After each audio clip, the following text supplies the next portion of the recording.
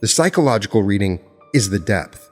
Murphy gave specific decoded interpretations in book after book, and I loved them all. I've done my best to share them with you.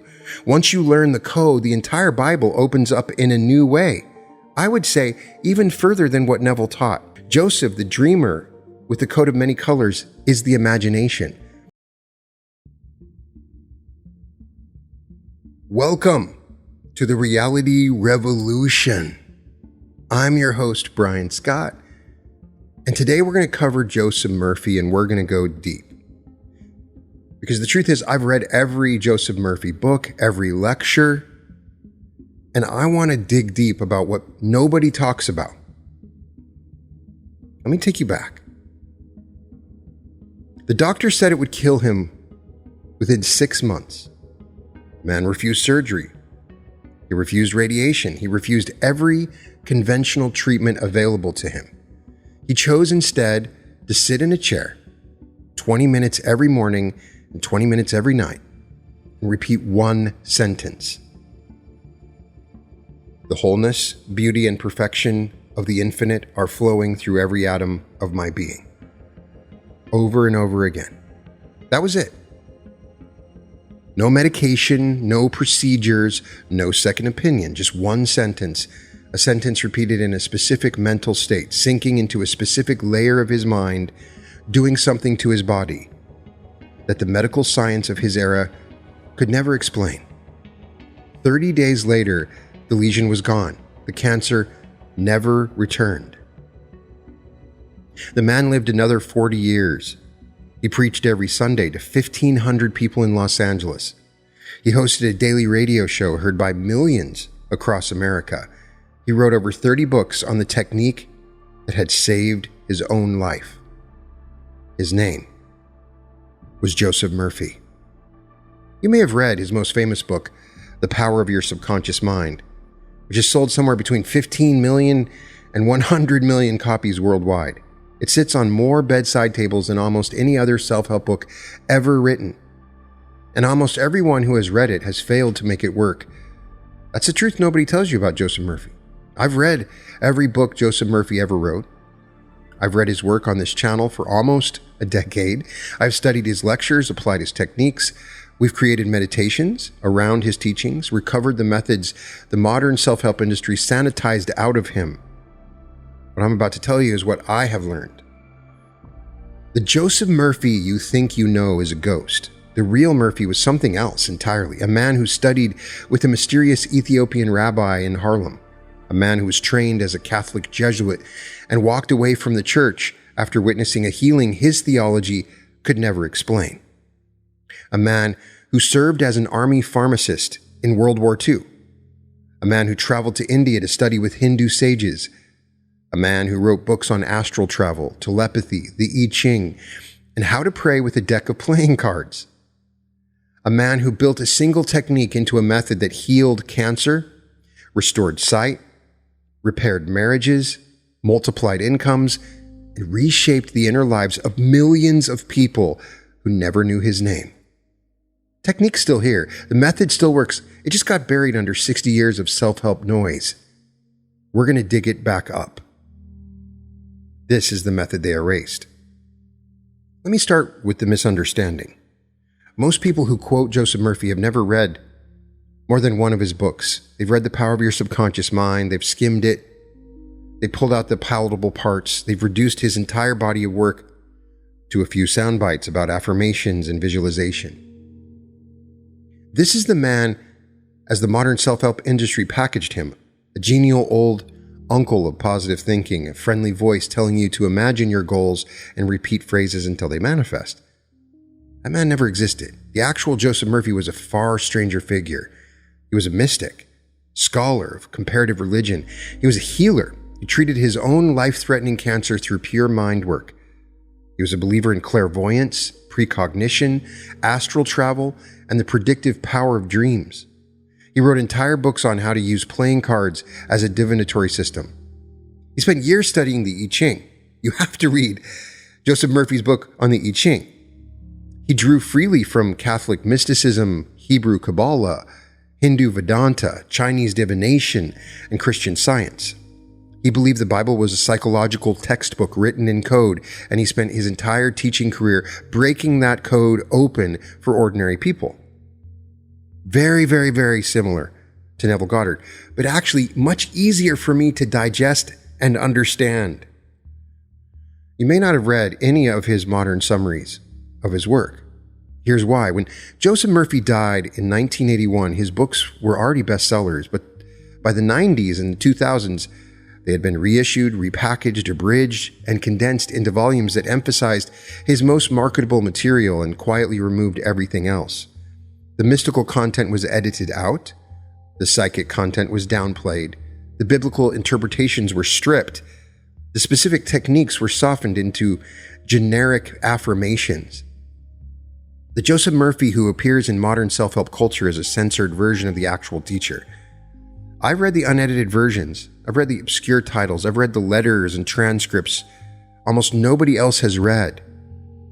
His coverage of Psalms, The Wheel of Life, so many other books, and I can tell you the real Joseph Murphy was operating at a level the modern subconscious and mystical crowd has no awareness of. I'm going to share with you what he actually taught. Specific techniques, the specific biblical interpretations, the specific meditations he gave his Los Angeles congregations, the complete method as it was originally transmitted. If you've read The Power of Your Subconscious Mind and felt that something was missing, something incomplete, something that almost worked but never quite came together, you were right. Something was missing. To understand Murphy, you have to understand the moment his old life ended. He was born on May 20th, 1898, in a small village called Ballydahab in County Cork, Ireland. His father ran a private boys' school. The household was devout Catholic, in a devoutly Catholic country. There was no ambiguity about the path a bright Irish Catholic boy followed. You went to seminary. You became a priest. You served the church for the rest of your life. Joseph followed the path. He was accepted as a Jesuit seminarian, the most rigorous order in the Catholic Church. He studied Latin and theology. He simultaneously trained as a chemist, earning his pharmacy credentials alongside his religious vows. And then in his late teens, something happened that broke him. He witnessed a healing. He never specified the details. He spoke of it only in general terms. Decades later, in the only autobiographical interview he ever gave, he called it an experience with healing prayer, something he saw, something he participated in that revealed to him that the official Catholic theology had been taught failed to explain what had just occurred in front of his eyes. A person was healed. The healing came through belief. It came through a state of mind. It came through something accessible to anyone willing to enter that state. The church taught that miracles require saints, papal authority, and the intercession of God. The healing Joseph witnessed required none of these. It required only the quiet, focused, feeling-saturated conviction of a single human mind. He could no longer believe what the seminary was teaching him. He withdrew from the Jesuits. The decision broke his family. It broke his future.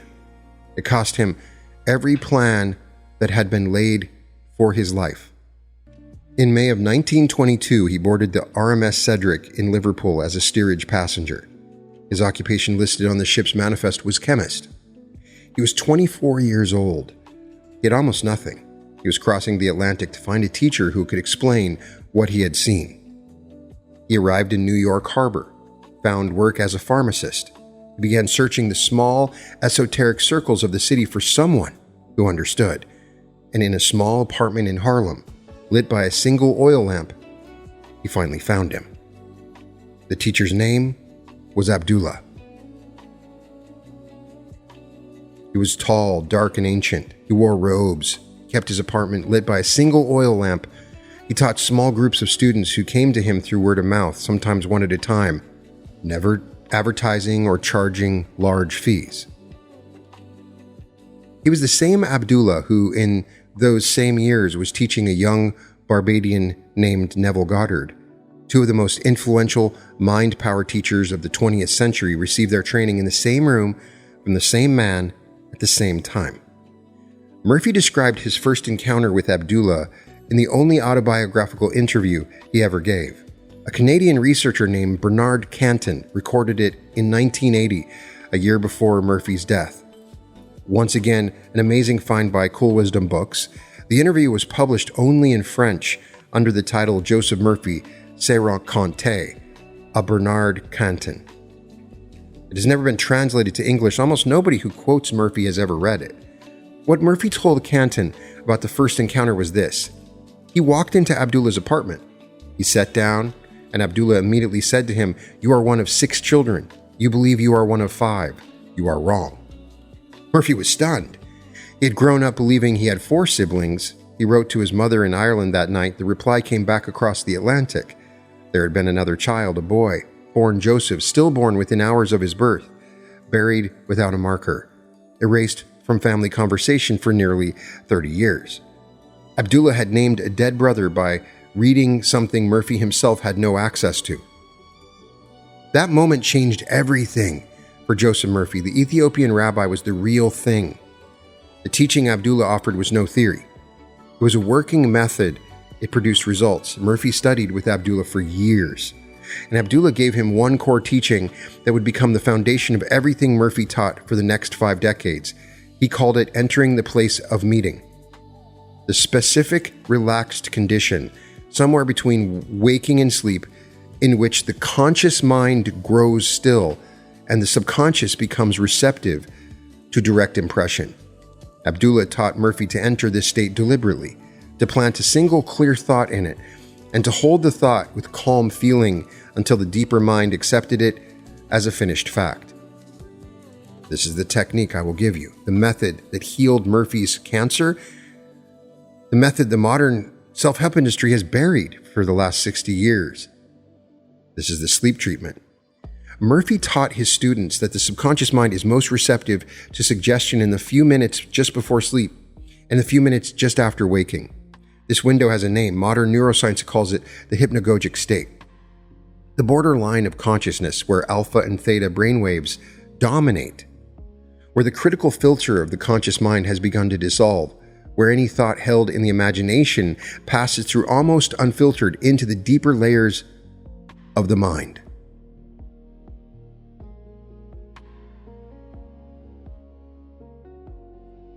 This was Abdullah's place of meeting. This is what Murphy later called the prayer state. He taught a specific protocol. You lie down, you allow your body to relax completely. You begin at the toes, you move slowly up through the legs, the torso, the arms, the shoulders, the face. You let every muscle release. You let your breathing become slow and deep. You let the surface mind grow still, where the body is fully relaxed and the mind is drifted into that quiet edge of sleep. You bring forward a single chosen phrase. You repeat it slowly. You feel the truth of it. You let it sink in like a stone dropped into deep water. The phrase has to be specific, felt. It has to express the completion of your desire, never the seeking of it. I am whole, perfect, strong, powerful, loving, harmonious, and happy. Divine wisdom is making every decision for me. The infinite intelligence within me is opening the door to prosperity. You repeat the phrase, you feel it as already accomplished. You let yourself drift into sleep with the phrase still moving through your awareness. This is Joseph Murphy's sleep treatment. Murphy taught that the subconscious works on impressions you give it in this state for the entire night while you sleep. The impressions sink deep. They reorganize your inner world. They begin to attract the corresponding outer conditions. You wake the next morning slightly changed. You do it again the next night, and the night after, and the night after. Over time, the inner picture and the outer life come into alignment. The phrase becomes the fact. This is the technique that healed Murphy's cancer, and he gave to thousands of people over 5 decades of teaching that produced case studies that fill his books. The stories of healings and reconciliations and financial breakthroughs and answered prayers. It works because it bypasses the conscious mind with all its doubts and arguments and critical objections. The sleep treatment slips past the gatekeeper while he is half asleep. The deeper mind receives the impression directly. Most modern subconscious mind teachers have replaced this with affirmations repeated in front of a mirror. Murphy would consider this a waste of time. The conscious mind is fully alert in front of a mirror. The sleep treatment is different. It works. I've used it for years. I've watched it transform conditions in my own life. I've seen members of this community apply it and produce changes that conventional psychology would consider impossible. This is one of Murphy's methods. It has been hidden in plain sight. Let me give you the story from his books to show you what it looks like in practice. Murphy describes a young woman who came to him in deep despair. She was unemployed, broke, about to lose her apartment. She felt invisible to the world. She had been praying for months and nothing had shifted. Murphy taught her the sleep treatment. He gave her a single phrase to use as she drifted into sleep each night. Divine intelligence within me is opening the perfect door at the perfect time. She did it for 1 week. On the 8th morning, she received an unexpected phone call from a woman she had met briefly at a party 2 years earlier. The woman was opening a small business and needed someone to run the office. The salary was 3 times what the woman had been earning before. She started the following Monday. Within a year, she had become a partner in the company. Within 5 years, she owned a piece of the business outright. Murphy collected hundreds of stories like this. They fill his books. They were sent to him by listeners of his radio show. They were shared from the platform during his Sunday services. Marriages restored, diagnoses reversed, estranged children returning home, lost objects recovered, lawsuits resolved, children conceived after years of infertility. The case studies span every condition the human mind encounters. The common thread is always the same. A specific phrase, planted in the prayer state, repeated with feeling, released into the deeper mind, allowed to organize the outer conditions of the life. Joseph Murphy spent his entire life reading the Bible. He read it every morning, read it in Hebrew, he read it in Greek, he read it in Latin, he read it through the lens of the psychological mysticism Abdullah had taught him. He read it just as voraciously as Neville Goddard, and he taught the Bible is a code. This was one of Abdullah's central teachings. You see it in Neville's teaching and Joseph Murphy's. Scripture is a record of psychological states. Every figure in the Bible represents a faculty of consciousness. Every story is the description of an inner process. The literal historical reading is the surface. The psychological reading is the depth. Murphy gave specific decoded interpretations in book after book, and I loved them all. I've done my best to share them with you. Once you learn the code, the entire Bible opens up in a new way. I would say even further than what Neville taught. Joseph, the dreamer, with the coat of many colors, is the imagination. The imagination is the favored son of consciousness, gifted with vision, capable of seeing futures that have yet to arrive. His brothers, the rational faculties, are jealous of the imagination and try to suppress it. They throw it into a pit. They sell it into slavery. But the imagination survives.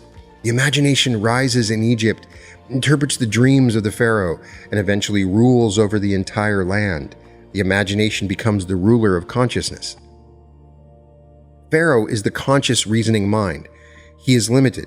He is bound by what he can see and measure. He receives dreams he can never interpret. The imagination is the person of Joseph, is the only faculty that can read the deeper message of the subconscious. The promised land is the fulfillment of your desire. It is the state of consciousness in which the thing you have been longing for has become your actual experience. Moses, the part of you that knows the law of the mind, leads you toward this state but never enters it himself. The law of mind is the doorway, never the destination. Lazarus, the man raised from the dead, is your dormant desire, the thing in your life you've given up on, the hope you have buried. Jesus, the awakened spiritual sense within you, calls Lazarus forth from the tomb. Your dead hopes are revived through the spoken word of conviction. Walking on water is the mastery of the emotional surface. Water is the unconscious sea of feeling. Most of us are drowning in it. The awakened consciousness walks across the surface, undisturbed by the waves, balanced, calm, and sovereign. The 2 great commandments are operational instructions. Love the Lord your God with all your heart, all your soul, all your mind. This is the instruction to give your complete attention, your complete feeling, your complete devotion to your highest awareness. Love your neighbor as yourself.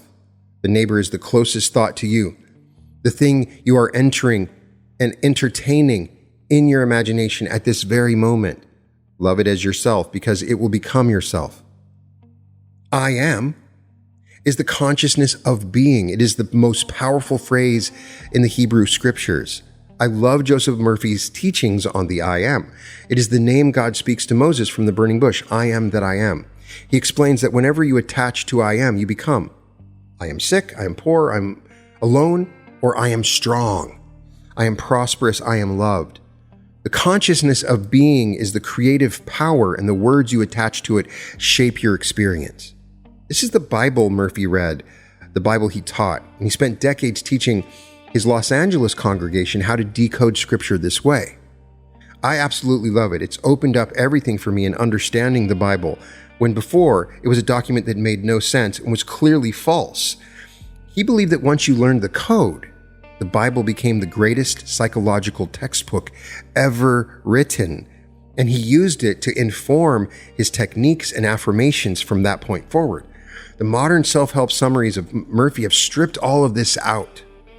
The biblical content has been removed because it takes modern readers to an uncomfortable place.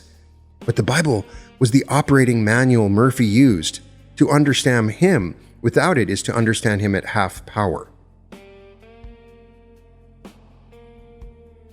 Murphy taught a specific 5-step prayer protocol he called scientific prayer. It is the structured application of everything Abdullah had taught him, codified into a method anyone could follow. The 5 steps are these. First, recognition. You begin by recognizing the infinite intelligence that exists within and around you. You acknowledge the source. You orient yourself toward the deeper mind that is the real agent of your life. Second, unification. You unify yourself with this intelligence. You feel your connection to it. You release the sense of separation. You become one with the power you're about to direct. Third, realization. You realize in the present moment the truth of what you're praying for. If you're praying for health, you realize that perfect health is the underlying reality of your body. If you are praying for prosperity, you realize that infinite abundance is the underlying reality of your life. You see the desired condition as already true, already accomplished, already manifest in the spiritual realm. Fourth, thanksgiving. You give thanks for the completion of your prayer. You celebrate the answered prayer as if it has already arrived. The thanksgiving seals the impression. It locks the inner picture into place. Fifth is release. You release the prayer. You let it go. You drop it into the deeper mind and you turn away from it. You trust that the work is done. You stop thinking about it. You go about your day. Now that's where it's different from Neville Goddard. He had this element where he taught about the subconscious mind beyond just the imagination, a very scientific understanding of the way the subconscious mind worked. Murphy taught that the release is the hardest step. Most people pray and then keep checking. They pray and then worry about whether the prayer is working. They pray and then return to the state of lack and anxiety. The prayer never takes root. The praying person never lets go. The release is everything. Murphy paired this with what he called the Law of Substitution. Whenever a negative thought arises, you immediately substitute its opposite. Fear becomes confidence. Lack becomes abundance. Sickness becomes wholeness. You do this continuously, hundreds of times a day, if necessary, until the new pattern has taken hold and the old pattern has dissolved. He's also taught what he called the healing word, a single phrase carefully chosen for the specific condition, repeated with feeling at regular intervals throughout the day. The healing word is the conscious tool by which the sleep treatment is reinforced during waking hours. Together they form a complete circuit. The sleep treatment plants the seed in the deeper mind. The healing word waters the seed throughout the day. The condition shifts. These are the techniques. They're specific. and usable. They've been demonstrated in thousands of case studies across Murphy's books and lectures. They have produced results in the lives of millions of people, and they have been almost completely stripped out of modern adaptations or discussions of his work. Murphy describes a chemist in Los Angeles who came to him struggling financially. The man had spent years grinding through low-paying laboratory work, watching less qualified colleagues advance past him while his own income stagnated. Murphy taught him the 5-step scientific prayer protocol. He instructed the chemist to apply it every morning before work, every evening before sleep, for 90 days. The chemist followed the instructions exactly. Within 60 days, he was offered a position at a major pharmaceutical company at 4 times his previous salary. He took the position. Within 2 years, he had been promoted to head of research. Within 5 years, he was running his own consulting firm. The income multiplied beyond what he had imagined possible. Murphy emphasized one detail when he told the story. The chemist never told anyone what he was doing. He worked the protocol in complete privacy. He gave the deeper mind no opportunity to be undermined by skeptical conversations or borrowed doubt. He let the impression deepen in silence until the outer life had to rearrange itself to match. This is the discipline he taught. I have found this in my own life. The question is, do you trust the imagination of those around you? Are you going to share what you're praying about and manifesting and visualizing and working towards? Do you trust their imaginations as well?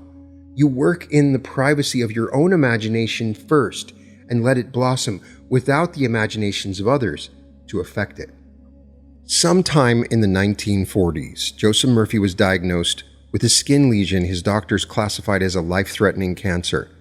The exact location and exact pathology have never been described in full. We know it was a serious enough condition that conventional medicine recommended aggressive intervention. We know that Murphy refused. He applied the technique Abdullah had taught him. He went into the sleep treatment every morning. He went into it every night. 20 minutes before waking, 20 minutes before sleeping, he repeated a single phrase he had constructed for the occasion. The wholeness, beauty, and perfection of God are flowing through every atom of my being. The healing presence is now restoring me to perfect health. He felt the truth of this.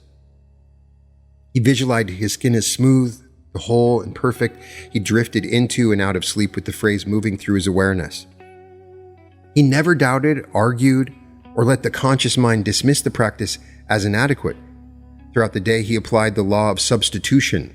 Every fearful thought about the cancer was immediately replaced with the thought of healing. Every time his mind drifted toward the diagnosis, he substituted the truth of wholeness. He carried the healing word with him constantly. He worked the protocol for 30 days. The lesion regressed. Within weeks, it was gone. The cancer never returned. He lived another 4 decades and spoke of the experience publicly only rarely, even though it was what he taught, always anonymously framed as a case study about someone else. This is the source of his certainty. Every passage in the power of your subconscious mind that addresses illness and recovery comes from a man who had used these techniques on his own body when his own life was on the line. He was teaching from direct experience. Murphy designed specific meditations for specific outcomes. He gave them in his Sunday services to 1,500 people every week for 28 years. He broadcast them on his daily radio show to millions of listeners across America, and he wrote them out in his books. These meditations have a recognizable pattern. They are short, they are declarative, they are spoken in the present tense, always as if the desired condition is already accomplished. They are repeated in the prayer state until the feeling becomes saturated. For prosperity, he taught his congregation to repeat, I am one with infinite riches. Money flows to me freely, copiously, and ceaselessly. I am surrounded by the wealth of the universe. There is always a divine surplus in my life. Believe me, I've used this so many times. Just that phrase alone will radically change your life if you follow the sleep treatment. For healing, he taught, I am whole, perfect, strong, powerful, loving, harmonious, and happy. The healing presence within me is restoring my body to perfect health. Every cell, every tissue, every organ is functioning in divine order. For relationships, he taught, I attract loving, kind, harmonious people into my life. The right people are appearing at the right time. Divine love is the cement of every relationship I form. For protection, he taught, I am surrounded by the whole armor of God. Divine intelligence guides me. Divine love protects me. Divine wisdom counsels me. No weapon formed against me prospers. For inner peace, he taught, the peace of God fills my soul.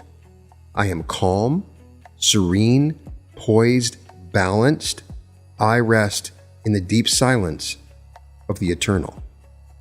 These were meditations he gave to ordinary people, people driving to work, people making dinner, lying in bed at night. He believed the repetition of these phrases in the right state and with the right feeling would reshape the inner life and the outer conditions of anyone who applied them with discipline. He was right. I've used these meditations in my own life. I have taught them through this channel. I've created sleep meditations around them. I've created affirmation episodes around them. I've watched them produce changes that conventional psychology has no framework for. This is what Murphy actually taught, the body of work that has been hiding in the books since the 1960s. Open any random copy of The Power of Your Subconscious Mind in a bookstore, and you will find a book that reads on the surface like a sober self-help manual. Search his complete bibliography, and you'll find a few titles a few people associate with him. Psychic Perception, Telepsychics, The Secrets of the I Ching, How to Pray with a Deck of Cards, The Cosmic Energizer, The Miracle of Mind Dynamics. These books are something other than self-help. They are working manuals of esoteric practice. These are the classic Parker Publishing style that I love so much that we've also shared and taught about on the channel. Psychic Perception teaches extrasensory perception openly. The book he wrote covers premonitions, precognition, telepathy, astral travel, communication with the deceased, prophetic dreams that avert tragedies, and techniques for eradicating negative predictions. It's a textbook of practical mysticism. Telepsychics goes further. It teaches readers to develop their own psychic faculties through systematic exercises. It treats astral travel as a learnable skill. How to Pray with a Deck of Cards is one of the strangest works in the entire New Thought canon. Murphy treats playing cards as a divinatory system, assigning meanings to suits and numbers, and prescribes specific prayer practices for use with the deck. Secrets of the I Ching applies the same approach to the Chinese Book of Changes. Murphy treats the I Ching as a dialogue with the subconscious mind, a system for surfacing the deeper knowing that lies beneath ordinary awareness.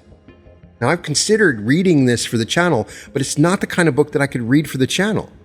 You have to roll the dice, flip the coins, throw the sticks, as he explains the way the I Ching works, and then you get a number of responses. You ask a question, and it's amazing because he has the exact descriptions, but done in his own unique style regarding the subconscious mind. These books reveal a Joseph Murphy almost nobody in the modern self-help world recognizes.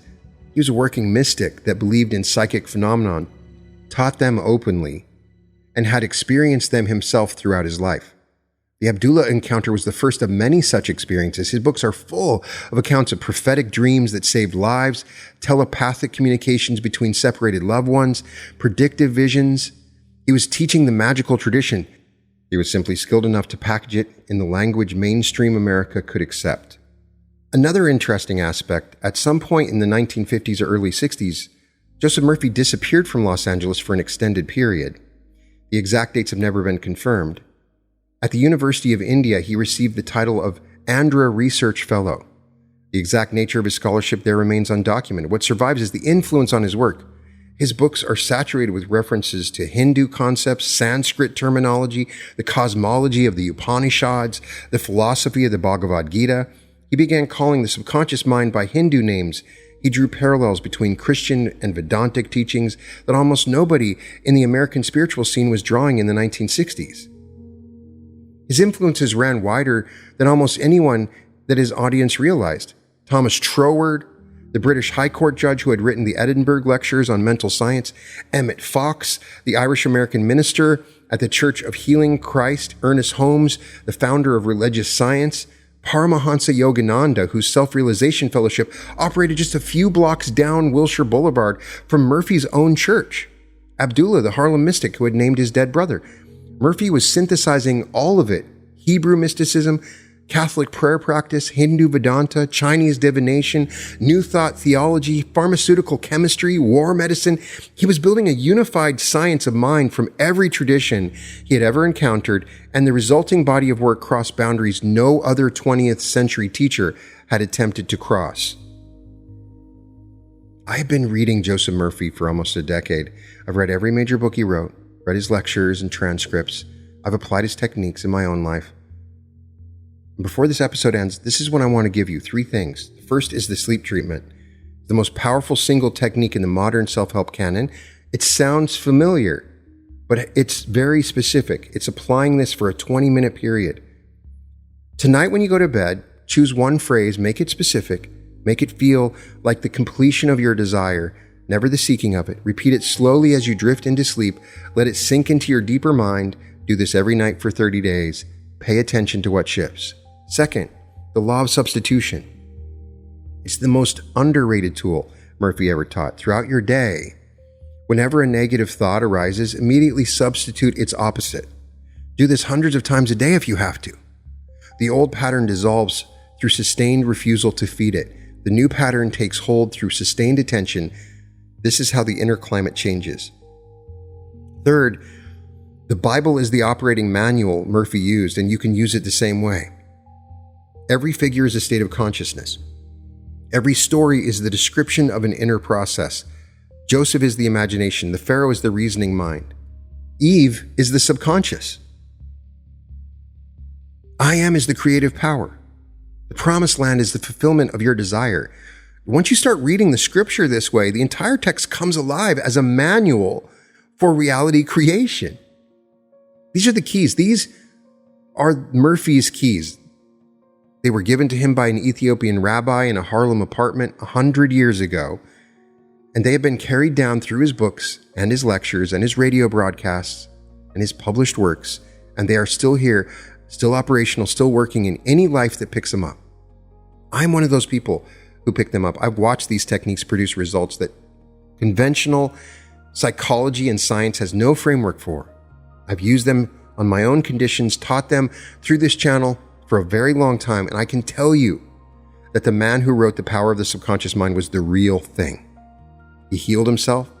He healed thousands of others. He took the most ancient esoteric teachings of the West and translated them into an operational instruction that anyone willing to do the work can follow. He made it easy for me to understand the power of the subconscious mind. He helped me to manifest my dream life, and he can help you manifest yours. The method's been hiding in his books for 60 years. Now you know where to look. You are part of the lineage now. You are the proof of his teaching. Before I go, I want to invite you to a live in-person event that we're holding in Anaheim, California at the Anaheim Hilton on July 24th through the 26th, where you will shift into the greatest version of yourself, merging with your future self, quantum jumping, entering into your large sums of money flow. Tickets are still available right now. You can find the link in the description at www.brianscottlive.com/Anaheim. I'm sending all my light and love to everyone out there. And welcome to the Reality Revolution.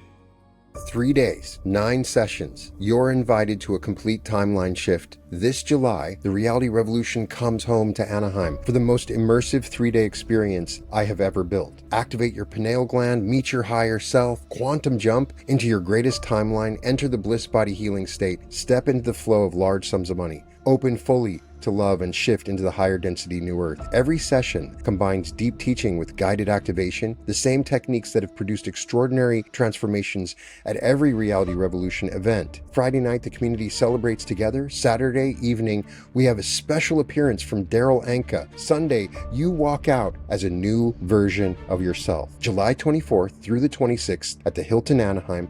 Early bird pricing available now at www.brianscottlive.com/Anaheim.